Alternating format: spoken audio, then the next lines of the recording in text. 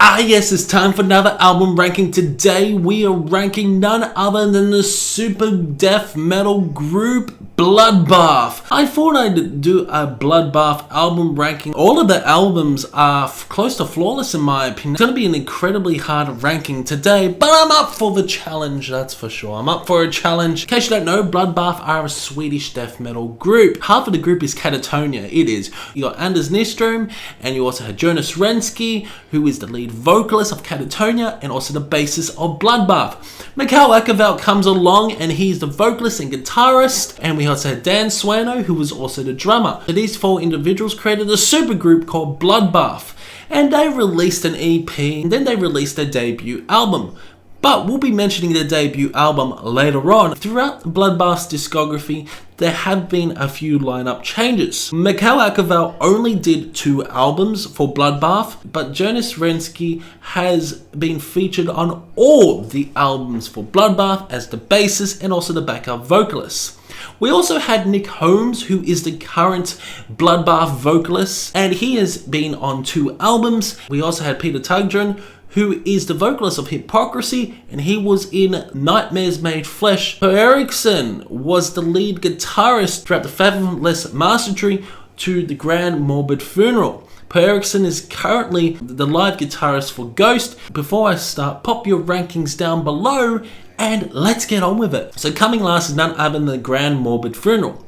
This album is really good, it really is, but I just feel it's their weakest album just because of the overall vocals by Nick Holmes. Nick Holmes at times, from Paradise Lost, his vocals at times do drag a little. The overall structure of this album, in my opinion, is okay, but it's definitely one of the main problems with this album is that the songs at times do sound quite simple. There are some few moments on this. You also have the Autopsy vocalists on this album as well as one of the features, but songs like Total Death Exhume, His Infernal Necropsy are pretty good songs overall. If I want to listen to Bloodbath, I don't really grab this album and listen to it first. I'd rather listen to the other albums. But yeah, I just feel that Bloodbath on this album are a bit sloppy, where the other albums, they're much more coherent, much more cohesive, where they just absolutely pummel you sonically. But this is a very good album by Bloodbath, but it's my weakest Bloodbath album.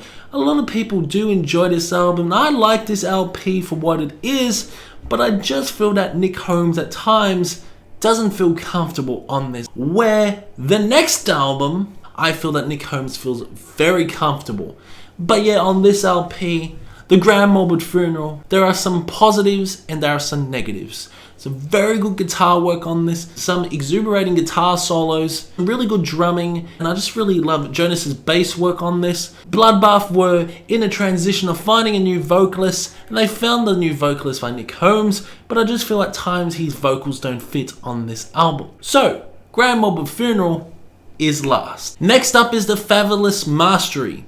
This is a fantastic album overall, a much darker album by Bloodbath, and Mikael Akavelt is featured on this after. He wasn't featured on the previous album, which was Nightmare Made Flesh. He was focusing on Opeth. This was his last album for Bloodbath, and boy, oh boy, what can I say? This is an absolutely fantastic album, but it's second last in my opinion, just because the songs at times feel a little bit simple. There's some great grandiose atmosphere on this album. Mikael Akavelt's vocals, his growls are absolutely incredible. I really love the backup vocals by Jonas as well on this LP, and just some great guitar work.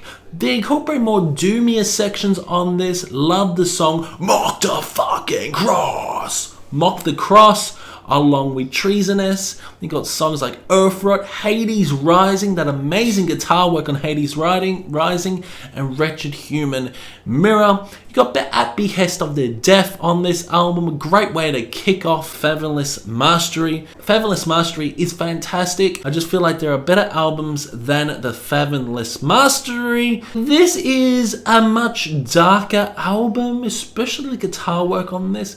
Per Eriksson incorporates more tremolo picking along with interesting guitar riffs that really escalate the songs in the next level. Although this may be simple death metal songwriting, it's simple done right. Next up is The Arrow of Satan is Drawn.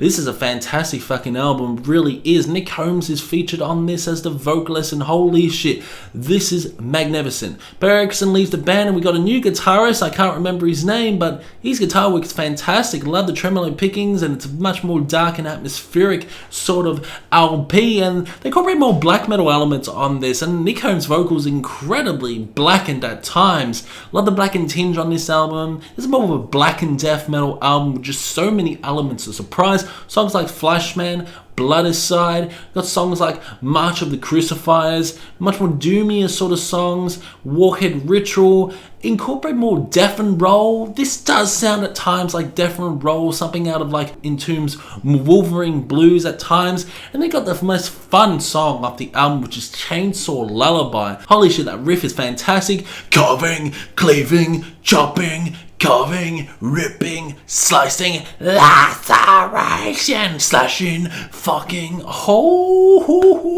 Chainsaw Lullaby is such an awesome song, and it just really showcases what this album is about. Love the lyrics. The lyrics are fantastic. Nick Holmes' vocals are fantastic, guttural and demonic at times. His vocals are more blackened on this, and I just really do enjoy it. Guitar work is magnificent. More of a black and death metal album, atmospheric in tone, and yeah, it's a pretty solid album for what it is. I suppose the problem on this album is that you can't really differentiate the guest vocals on this. Apparently, the vocalist from Bolt Thrower's on this. Apparently, the Carcass vocalists on this album, and I couldn't really tell. Having these legends on The Arrow of Satan is Drawn, they should have been showcased a little bit more, in my opinion. They should have. But yeah, overall, this is a pretty fun, solid album. Next up is Resurrection Through Carnage, and this was the original lineup. You had Mikhail Akaval, you also had Dan Swanner, you also had Nistrom, and then you had Jonas Rensky. Together, they performed this fantastic fucking album, one of the best death metal albums, in my opinion, of all time. Absolutely love it. Ways to the Grave, So You Die is so damn catchy, along with Mass Strangulation. Mikhail Akaval's vocals are absolutely fantastic on this. I just love the grunts, I just love the growls he provides, those deep guttural growls at times. God damn it, this album's fantastic. The production isn't great on this. The guitars at times sound very chainsaw-like, very different guitar tone. Trail of Insect, Cry My Name, which is an absolute fucking Bloodbath classic. This is their debut album, and yes, this is a headbangable as fuck album. Drumming is on point on this. It's just great technicality. Some pretty intense moments as well. Mikhail Akaval absolutely shines on this. All four members shine, including Jonas, who does backup vocals, and his screams are absolutely incredible. They really are. But yeah, Resurrection Through Carnage is my number 2 Bloodbath album. Next up is my favorite Bloodbath album, and I'm pretty sure a lot of people's favorite Bloodbath album. We're talking about Nightmares Made Flesh, and it's got none other than one of the best death metal songs of all fucking time. Eaten!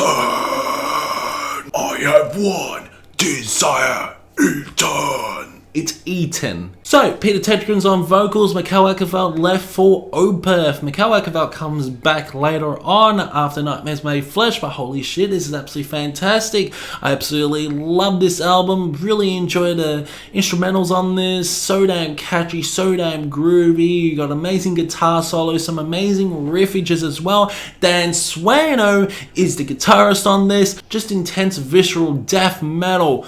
Just so damn catchy death metal. Tatchkin does such a great fucking job on this. His vocals are so damn good, deep and guttural, incorporates a higher aggressive vocals as well. Songs like Eaten, Soul Evisceration, Brave New Howl. Then you got The Year of the Cadaver Race. Hello, this is the most doomiest fucking song by Bloodbath. Absolutely adore it. Draped in Disease, Stillborn Savior, Blood Vortex. Just so many amazing songs on this LP, and holy shit, this is one of my favorite death metal albums. You got two consecutive favorite death metal albums on mine for Bloodbath. I just feel like this is the most solid album by Bloodbath, and it doesn't have Mikhail Akaval, which is a huge shock. I just feel that Nightmares Made Flesh is just a perfect death metal album, an old school death metal album. Perfect representation of what old school death metal sounds like.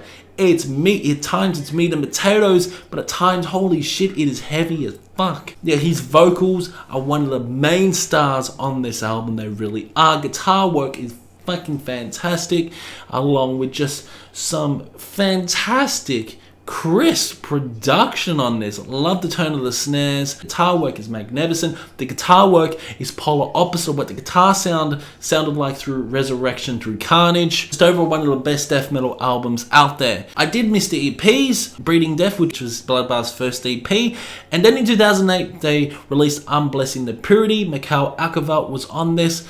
And what can I say? I have to mention Unblessing the Purity, which is one of the best death metal EPs, you could say. The drumming on this is absolutely incredible.